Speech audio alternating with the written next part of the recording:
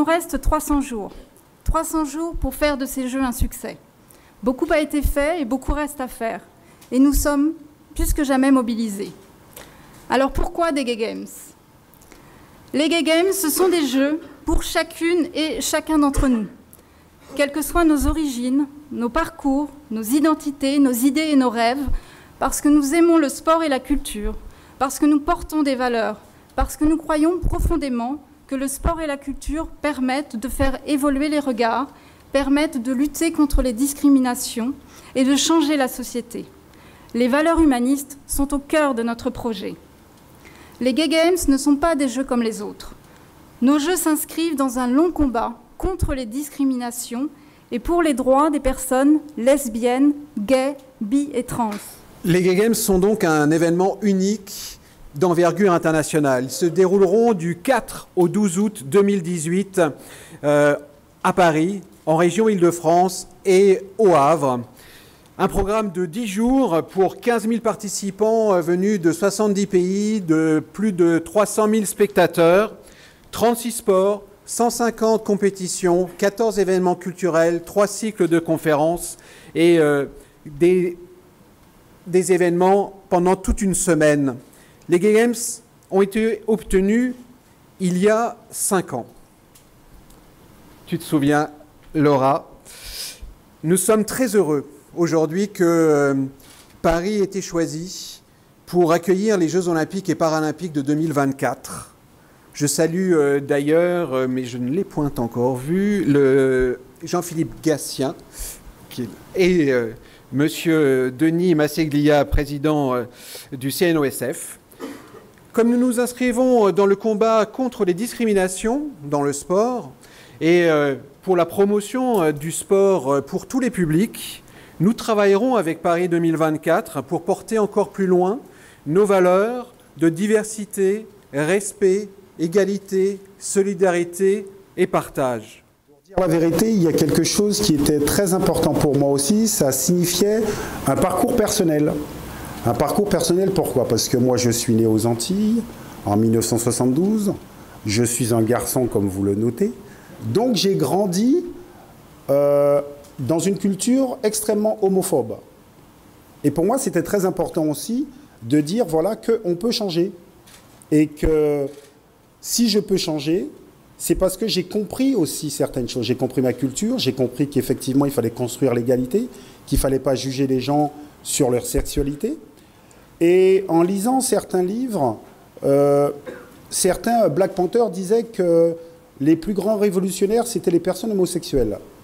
Et j'ai pris du temps à comprendre pourquoi ils disaient ça. Parce qu'effectivement, ce n'est pas un hasard si aujourd'hui nous sommes là.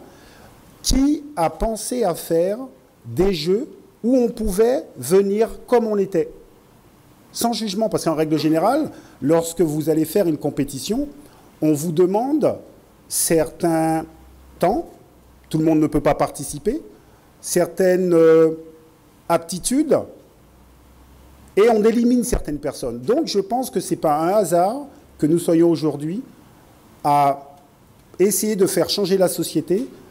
Et la personne qui a eu cette idée, c'est une personne homosexuelle.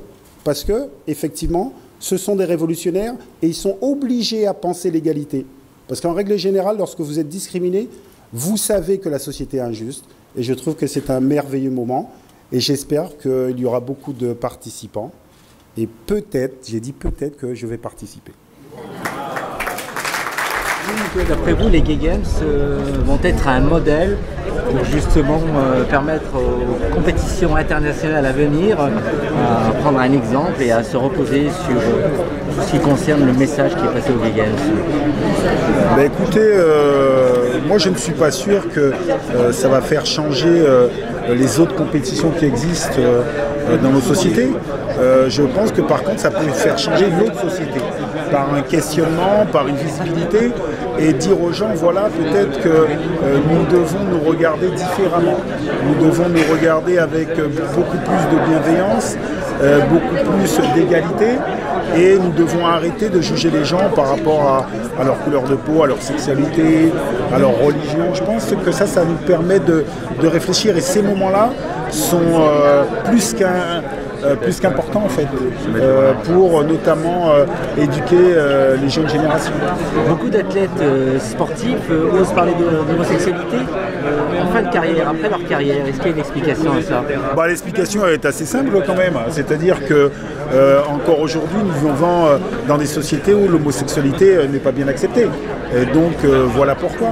Et voilà pourquoi il faut en parler, voilà pourquoi il faut des jeux où tout le monde peut venir, et peu importe sa sexualité, sa couleur de peau, pour justement construire l'égalité. Parce qu'encore une fois, vous rejetez des gens parfois simplement par rapport à votre propre culture. Et tout à l'heure, je le disais, moi-même, j'ai grandi dans une société extrêmement homophobe, donc j'avais des idées très négatives sur l'homosexualité, jusqu'à temps où j'ai grandi et j'ai compris que ça n'avait pas de sens. Et donc voilà pourquoi il faut faire des événements pour dire aux gens, voilà, ça n'a pas de sens, questionnez-vous, et parfois vous allez voir que c'est votre éducation, vos habitudes qui vous emmènent à rejeter des gens, donc il faut changer ses habitudes. Merci à vous. De rien. Pourquoi la région Île-de-France, pourquoi Valérie Pécresse a-t-elle choisi de soutenir les Gay Games? Pour une raison très simple. C'est pas parce que on exclut. Les Gay Games sont une manifestation d'ouverture. On peut participer et on entend les critiques de ceux qui disent on ne peut pas se plaindre d'être exclu et en même temps créer soi-même ses propres manifestations. Oui, mais il y a un sujet dans le sport. C'est la discrimination, c'est les violences faites aux personnes en raison de leur orientation sexuelle particulière. C'est la dernière zone grise du sport. Personne n'en parle. Quand je reçois le mouvement sportif, je salue la présence du président de la Fédération d'athlétisme ici, et puis du CNOSF, et puis du CROSIF que je vois face à moi, Evelyne Siriégi. Quand j'en parle au mouvement sportif francilien, quand j'en parle au président de Fédé, quand je leur dis, mais qu'est-ce que vous faites contre l'homophobie? Et la réponse c'est on n'a pas.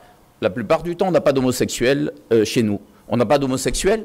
Ça voudrait dire qu'il n'y a aucun homosexuel qui fait du sport à haut niveau. Il y a un véritable sujet. Et pourquoi on a ce sujet? Parce qu'il y a une omerta. SOS Homophobie, qui reçoit 4 à 5 000 appels de signalement par an, ne reçoit que 5 à 6 appels. 5 à 6 dans le sport. Ça veut dire qu'il y a là un sujet pour lequel les pouvoirs publics doivent être extrêmement vigilants et pour lequel la région a apporté des réponses. Les raisons sont simples, c'est que plus le sport est réputé viril, et plus la discrimination est violente, et plus le silence est total. Alors, pourquoi Paris? Pour Paris, c'est une évidence, parce que c'est une terre de tolérance. Paris est une ville qui, maintenant, depuis longtemps, attire, fait venir des femmes et des hommes qui, parfois, ailleurs, sont discriminés. Discriminés au regard, notamment, de leur orientation sexuelle. Paris est une ville refuge. Une ville refuge qui a permis de créer aussi un cadre de tolérance, d'écoute, un cadre dans lequel ça n'est pas toujours facile, mais dans lequel il y a une mobilisation et un soutien des pouvoirs publics, de toutes les autorités, pour faire reconnaître les droits, et notamment les droits liés à l'orientation sexuelle de chacun. Et c'est parce que nous avons pu justement non seulement être cette ville refuge, cette ville d'accueil, cette ville de tolérance, que de là sont parties beaucoup d'initiatives. Des initiatives qui ont emprunté aussi au combat féministe. Parce que souvent, entre le mouvement contre l'homophobie et la lesbophobie est un mouvement qui s'est inspiré aussi des techniques, des attitudes, des combats féministes. Et c'est par ce combat-là que je suis venue, moi aussi, dans ce combat pour l'égalité en fonction de notre orientation sexuelle. Et du coup, nous sommes une ville qui est une ville créative. Je salue les valeurs qui sont prônées par Paris 2018, ou devrais-je dire par Paris 2018 mondiaux de la diversité, car l'une des valeurs que vous mettez en avant, c'est la diversité des participantes et des participants à travers la participation et l'inclusion de toutes et de tous, cela a été dit. Votre événement sera en effet ouvert à toutes et à tous, quelle que soit leur orientation sexuelle, leur identité de genre, mais aussi leur âge, leur niveau, leur origine, leur état de santé. Vous avez donc engagé des efforts particuliers pour inclure lors de cette édition davantage de femmes, avec un objectif annoncé de 40%. Et j'y suis, vous vous en doutez, particulièrement sensible, mais aussi de personnes plus jeunes, de personnes discriminées et de personnes issues des quartiers populaires, ce qui me touche évidemment également. En prenant le contre-pied de la conception sportive classique, mais aussi des stéréotypes, les Gay Games donnent une image positive de la diversité des orientations sexuelles et des différentes identités de genre. Ils offrent au monde l'exemple d'une communauté forte et unie, porteuse de valeurs d'ouverture, d'harmonie, de responsabilité et de solidarité. Plus qu'une compétition, cet événement est le symbole d'un état d'esprit et c'est ce qui m'a touchée. Initiés et portés par la communauté LGBT, les Gay Games promeuvent la tolérance et l'ouverture en s'adressant à tous qui se retrouvent dans ces valeurs de fraternité et de solidarité. Les préférences, l'origine, le handicap ne sont pas des critères d'exclusion. Tout comme le niveau et la performance ne sont disqualifiants pour participer. La seule chose qui est requise, c'est la passion du sport, c'est la volonté de partage. C'est avec cette vision que je souhaite lutter contre toutes les formes de discrimination dans le sport. La pratique sportive doit être ouverte à toutes et tous, peu importe les origines, l'orientation sexuelle, le sexe ou le handicap. J'ai fait de ce combat une priorité et c'est pour ça que j'ai tenu à le signaler très clairement en l'inscrivant dans ma feuille de route, qui sera le fil conducteur de la politique que je mènerai à la tête de ce ministère des Sports. Les grands principes, les déclarations ne suffisent pas. Il faut des actes, il faut que les choses changent. La promotion du sport féminin, la lutte contre le racisme, celle pour l'inclusion des jeunes en situation de handicap, à l'instar de la lutte contre l'homophobie, sont des combats que j'ai portés en tant que sportive, en tant que citoyenne, en tant que femme, et que je porterai aujourd'hui, comme demain, en tant que ministre. Avec les Gay Games, est-ce que vous pensez que ce sera la fin de toutes les discriminations dans le sport en France? La fin, je dirais que ce sera un outil pour permettre à changer les idées. Je dirais la transformation se fera au quotidien. C'est un outil pédagogique, c'est une prise de conscience au quotidien. Donc du coup, les Gay Games vont permettre de réfléchir, d'anticiper et de valoriser les bonnes actions. Cette manifestation, c'est une manifestation ouverte à tout le monde et pour tous. Donc déjà, le premier pas, c'est de s'interroger. Le deuxième pas, c'est de participer. Handicap et homosexualité, c'est aussi le même combat? C'est le combat de la différence, c'est le combat de la singularité, c'est le combat de pouvoir être soi-même sans avoir honte, sans se sentir discriminé, sans avoir à se cacher pour vivre. Voilà, donc oui, c'est les mêmes combats. Pourquoi aujourd'hui soutenir les Gay Games et le projet? Parce que ça a toujours été dans ma philosophie. J'avais dans l'association, on avait notre signature qui était le droit à la différence contre la différence. Et quand on a créé notre premier festival, c'était venez avec vos différences, repartez avec vos ressemblances. Et le but du jeu, c'est un combat de tous les jours, de pouvoir en même temps faire comprendre aux gens que la norme, c'est la différence. Et quand on aura intégré ça dans nos cultures et nos mentalités, alors on pourra vivre en paix et ne pas avoir peur de se balader dans la rue parce qu'on est homo, parce qu'on est handicapé, parce qu'on est de telle religion.